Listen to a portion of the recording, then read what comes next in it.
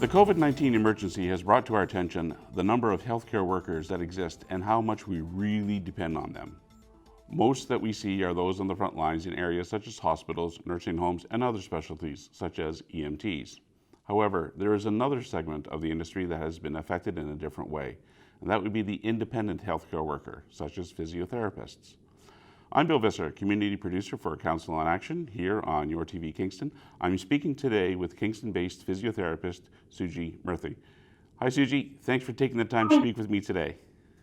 No problem. How has the emergency and associated lockdown affected you as a physiotherapist?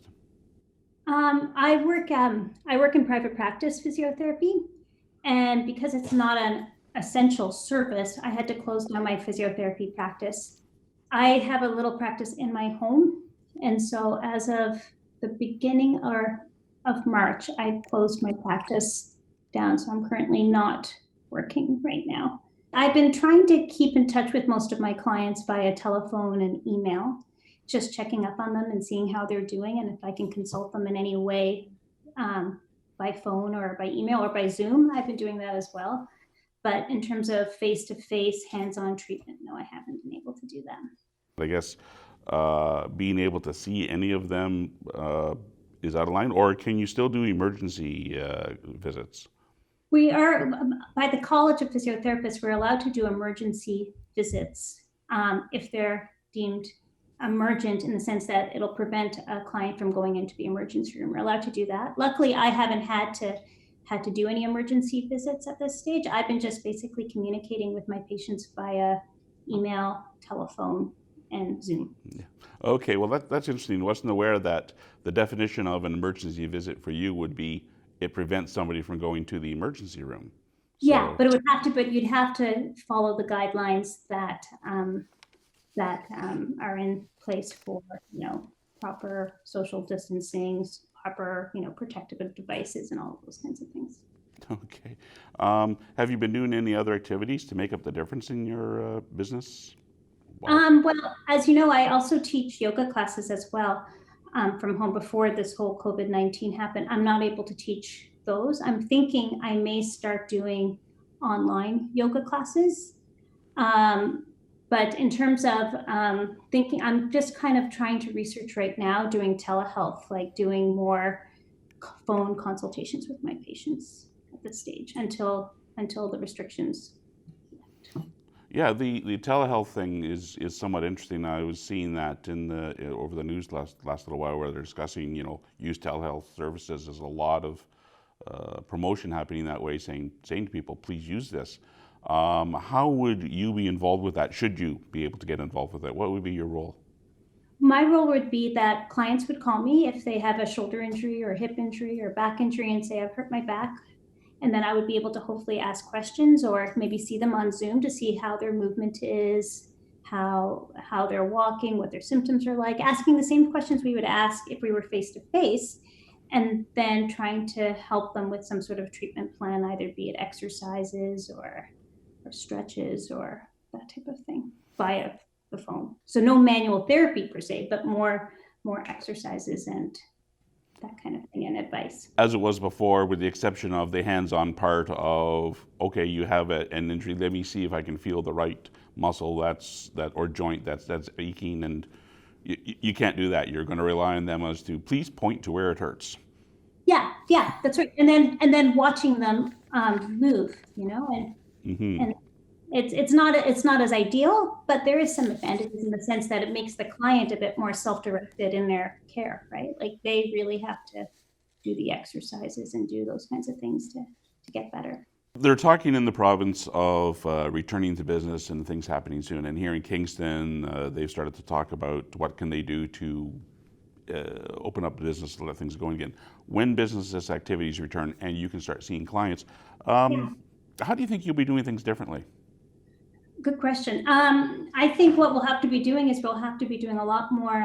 We always sanitize the bed and do all those kinds of things, but we'd almost have to sanitize the track of, especially in my home, the track of the client coming into the home, the doorknob, the rails, all those kinds of things, whatever they touch. That would be one. Maybe wearing masks, maybe wearing gloves, wearing more protective equipment on when we're treating. maybe not doing so much hands-on stuff, but maybe keeping a bit of a social distance when we're working. I don't know. It's a different time. I've never practiced this way before, but I guess we're going to have to adapt. Okay. And it's the College of Physiotherapy, is it, that will set these standards, or is it the province, or? Well, it's based on the province guidelines, Mhm. but it'll be the College of Physiotherapist standards as well. That's what that'd be for Okay. sure. Alrighty. So you've mentioned so far that you're looking at telehealth. You've also mentioned that you do some visits right now with some clients by Zoom, and emergency would be via that way. Are these things that you think you're going to incorporate in your business when you move on after we're back up and running? Is this a way you think you might be seeing business will be operating? Maybe. I don't know. It depends on. I think it'll depend on the client, Bill. Like it'll depend on the needs of the client. And so the advantage to this, though, is that I'm able to treat people within Ontario. So if I had someone in Ottawa, I could still treat them if it's via Zoom, right? But I think I would do a bit of both. Ideally, I think I would do a bit of both. Ideally, more manual based if that's what their needs. It depends on the injury of the client, really, right? Okay. A lot of your work is also involves preventative medicine. And with this recent change in business dynamics, a lot more people are working at home, setting up a temporary workstation and what have you. Undoubtedly, people are working at their dining room table or kitchen counter and are probably not working ergonomically correct.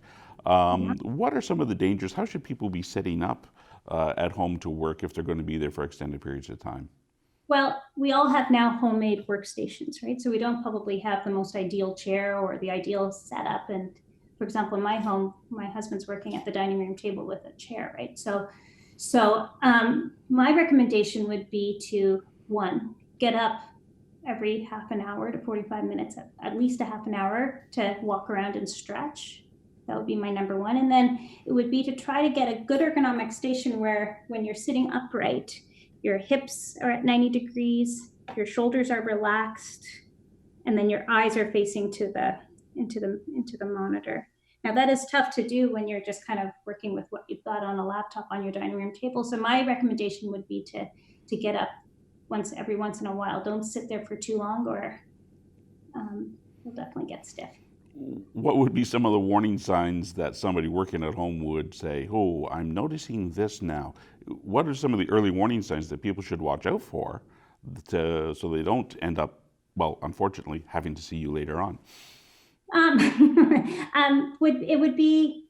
The warning signs would be pain, like if you're starting to get a crink in your neck and you don't do anything about it,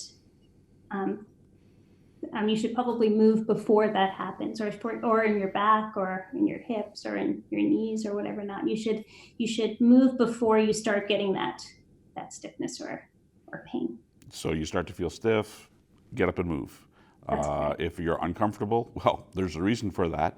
Change it. Right. That's right. It's your body telling you, maybe it's time to get up. Okay. Okay. Well, that's great. People don't move around, meet with coworkers, go to meeting rooms anymore, sit at the water cooler or whatever. So I guess it's kind of easy to get into that mode of I'm just sitting here and working and not being interrupted. What can people do to stay nimble? To stay nimble? Yeah. I would say, as I said before, I would make sure that you get up every half an hour to 35 minutes to 45 minutes, just to even get a glass of water, to get a cup of tea. Just walk around your office for a bit, go to the washroom, that kind of thing. And you can do some stretches. You can do some, and I can show you those, or you can, that's what I do. Just a little stretch break, just like kind of going like this, turning side to side, just to kind of get the body moving. The body really likes to move. So when you stay in one position for a long period of time, it's not You started the show a little bit of stretching. Now there's some other little exercises that people can do sitting at their desk, even if you're sitting there. For example, such as this in a Zoom session, while you're sitting there. Any of those stretches that people could do while they're. So the first one that I want to show you is you're going to need a rope or a belt. And what you're going to do is you're going to take the belt and put it shoulder width apart here, and keeping your arms straight.